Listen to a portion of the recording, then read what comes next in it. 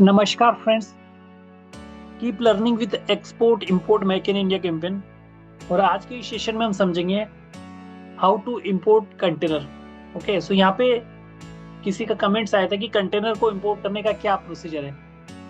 तो जो इंपोर्ट का प्रोसीजर है वही कंटेनर के इंपोर्ट करने का प्रोसीजर है।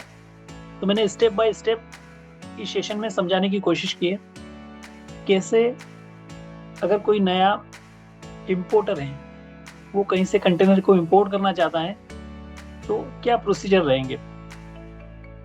ठीक है, तो कंटेनर इंपोर्ट प्रोसेस में कई टाइप की प्रोसीजर एक्टिविटीज होती है जिनको गवर्नमेंट के थ्रू, बैंकिंग प्रोसीजर थ्रू और ऑपरेशनल डिपार्टमेंट के थ्रू प्रोसेस किया जाता है।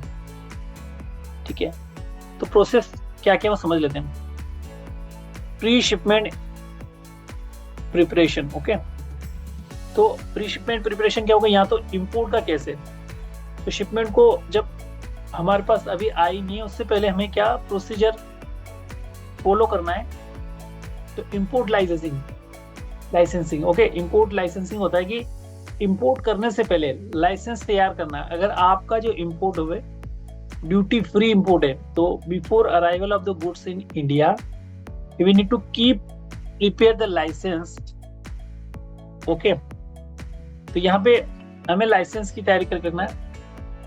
The importer ensure they require the license to permit and goods being imported. So goods का अगर टाइप ऐसा है कि जिसके लिए लाइसेंस की जरूरत है तो उसके लिए भी पहले से हमें लाइसेंस तैयार रखना है।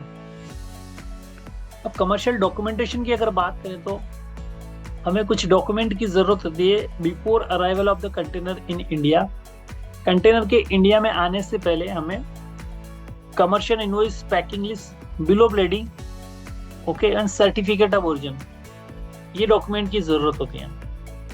ओके, तो ये डॉक्यूमेंट्स जब कंटेनर ओवरसीज से निकल जाता है तो हमें अपने सीएचए की हेल्प से इनको बिल ऑफ एंट्री फाइल करवाना होता है। ठीक है, तो बिल ऑफ एंट्री जब फाइल करवा लेते हैं तो ये एक इंटीमेशन गवर्नमेंट के पास चला जाता है कि ये गुड्स बाहर से इंडिया में आने वाले हैं और इस डेट को आएंगे। ठीक है, इनकोटर्म एग्रीमेंट की बात करें तो इनकोटर्म एग्रीमेंट बिफोर शिपमेंट एग्जीक्यूट हमें करना होता है। शिपमेंट हमारी जब प्लान होती है, कह सकते हैं कि हमने जब कोई ऑर्डर प्लेस किया है तो उससे पहले ही हमें इनकोटर्म्स डिसाइड करनी होती है विद सप्लायर। ओके, तो दोनों पार्टी को, एक्सपोर्टर और इंपोर्टर को, एक स्पेसिफिक इनकोटर्म पर एग्रीड होना होता है, जैसे एफओबी, सीआईएफ, ये सारे। ओके, तो इनके भी सेशन मैंने ऑलरेडी बना रखे हैं। आप प्लेलिस्ट में जाके एक एक सेशन को देख सकते हो कि इनकोटर्म्स का क्या इंपॉर्टेंस है इंटरनेशनल बिजनेस में। ठीक है, अब हम बात कर लेते हैं यहाँ पे जो डॉक्यूमेंट सर्टिफिकेट ये तो हमने देख लिया। इसके बाद इंश्योरेंस की बात कर लेते हैं। तो एज पर इनकोटर्म्स इंश्योरेंस भी करना होता है शिपमेंट का। ठीक है, जैसे सीआईएफ है तो सप्लायर के अकाउंट में रहेगा इंश्योरेंस का एक्सपेंस। ओके, इस प्रकार से एज पर इनकोटर्म्स जो इंश्योरेंस की जो चार्जेस है वो डिवाइड हो जाते हैं। अब शिपमेंट बुकिंग की बात करें तो अगर हम शिपमेंट को बाहर से इंपोर्ट कर रहे हैं, ठीक है, और यहाँ पे जो एग्री टर्म्स है वो एक्सपोर्ट्स है, तो हमें क्या करना होता है, यहीं इंडिया से we need to hire a freight forwarder. वो freight forwarder overseas counter office से कार्गो को पिक करेगा और इंडिया में लाएगा। ठीक है, तो हमें एक शिपमेंट बुकिंग के लिए एक फ्रेट फॉरवर्डर की जरूरत पड़ेगी। ठीक है, वो कोऑर्डिनेट करेगा ओवरसीज से और उस कंटेनर को उठा के लाएगा। ठीक है, तो फॉर एग्जांपल हम यहाँ पे इंडिया में बैठे हैं और हमने कोई मशीन इंपोर्ट करना चाहिए चाइना से, और चाइना का जो सप्लायर है उससे हमारी जो इनकोटर्म है एक्सवर्स है। ठीक है, नहीं सीआईएफ है, नहीं एफओबी है, एक्सवर्स है। एक्सवर्स मतलब है कि हमें ज्यादा रिक्वायरमेंट है तो हमने बोल दिया कि हम ही आपके फैक्ट्री से कार्गो को उठा लेंगे। ठीक है, तो वो वहाँ पे हम ईमेल करेंगे और इंटीमेट करेंगे कि आप इस कार्गो को रेडी रखिए, on this date our agent will pick up this cargo. Okay, तो इस प्रकार से ये प्रोसीजर रहता है। लेकिन अगर केस बात हो एफओबी की तो उसमें अलग टाइप का काम हो जाता है। एफओबी में जो शिपमेंट की बुकिंग सप्लायर को करनी होती है, तो सप्लायर कंटेनर बुक करता है और एम्प्टी कंटेनर लोड करके हमें बताता है कि कितनी तारीख को यहाँ से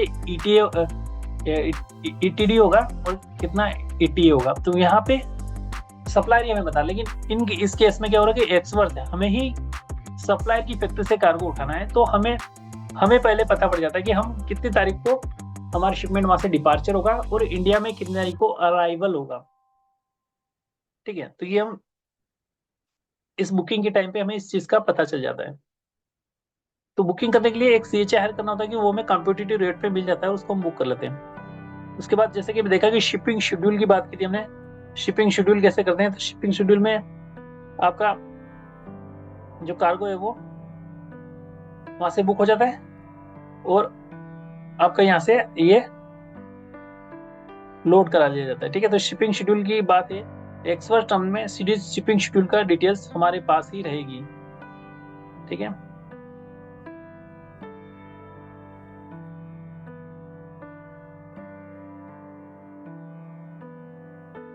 अब हम बात कर लेते हैं नेक्स्ट स्टेप की। तो यहाँ पे हम कंटेनर का जो प्रोसीजर पढ़ रहे हैं, कंटेनर को कैसे इंपोर्ट किया जाता है। ठीक है, तो यहाँ पे बात आ गई